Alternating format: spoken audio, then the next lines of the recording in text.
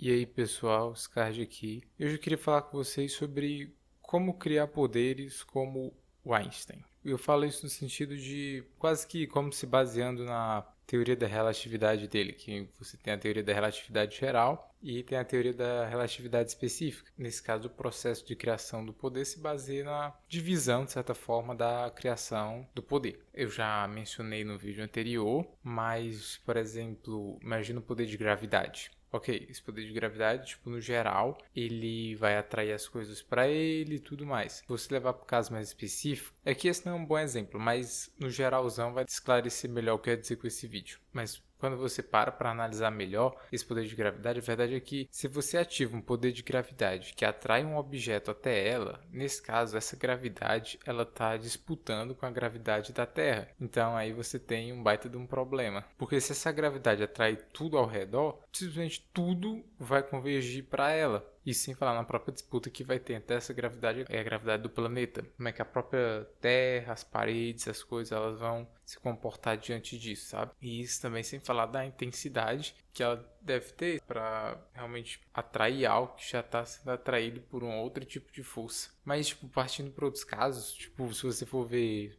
voar é um negócio que simplesmente não faz sentido. Porque se você elimina a gravidade, você não voa, você flutua. E, tipo, em nenhum cenário assim você vai realmente voar daquela forma. O máximo, assim, uma explicação para o voo seria algo como o que o Gosma faz. Só que ali, no caso, ele tem meio que um negocinho ali que puxa ele, vocês falam gravitacionalmente. Que já é dois problemas aí. Mas ainda assim, a questão também até da viagem no tempo, por exemplo, isso daí é uma boa. No geral, o que é que você faz? No geral, você volta no tempo, faz uma modificação e pronto. Você segue nessa nova linha do tempo que foi modificada. Só que aí você for analisar o caso em específico, a verdade é que se você volta no tempo, todas as outras pessoas que estavam lá na linha do tempo original, que não voltaram no tempo com você, continuam exatamente da mesma forma. E se você mudar algo de forma com que nessa nova linha do tempo você não tenha voltado no tempo, a verdade é que vai ter dois de você lá. Então tem outro baita de um problema. E isso é interessante no sentido de que, por exemplo, no filme do Flash, você tem aquela explicação do Batman do Michael Keaton sobre a viagem no tempo, ser como macarrão, que quando se muda ali a linha do tempo, você na verdade muda para uma nova linha que se expande tanto para trás quanto para frente, sendo que, na verdade, no final do filme, quando isso acontece na prática,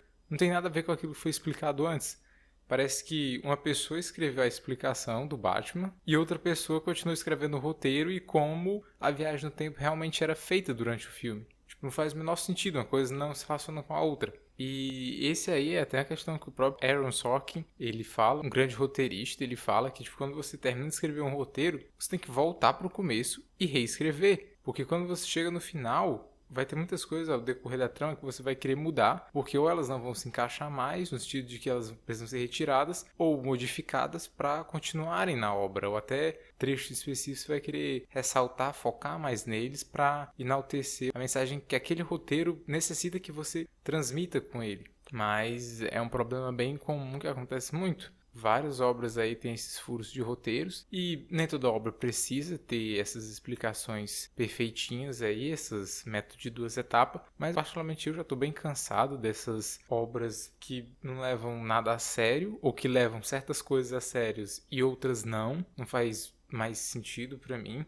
E se uma obra hoje em dia ela leva essa questão dos poderes dela minimamente a sério, seria bom que ela tivesse esse cuidado de fazer essa criação aí em duas etapas. Primeiro você tem a ideia basicamente do poder que você quer, depois você diz ali como é que ele funciona de forma geral, depois você procura casos em específicos que meio que furem ou deixem brechas para dúvidas de como o poder funcionaria em determinada situação. Como por exemplo, outra questão do Flash, o poder do Flash de vibrar. Beleza, o Flash está correndo, ele começa a vibrar. Daí o filho da mãe atravessa a parede, atravessa um carro. Só que por que ele não atravessa o chão? Tá certo que no caso do Flash, ele tem toda a explicação da força de aceleração que tá meio que protegendo ele. Inclusive é esse tipo de desculpa aí que você pode sempre recorrer, caso necessário, caso fique bom. Por exemplo, em Jojo, uma muito boa que você tem com Made in Heaven é que por mais que ele esteja ferrando ali com tudo, fazendo as alterações lá, quando puder utilizado,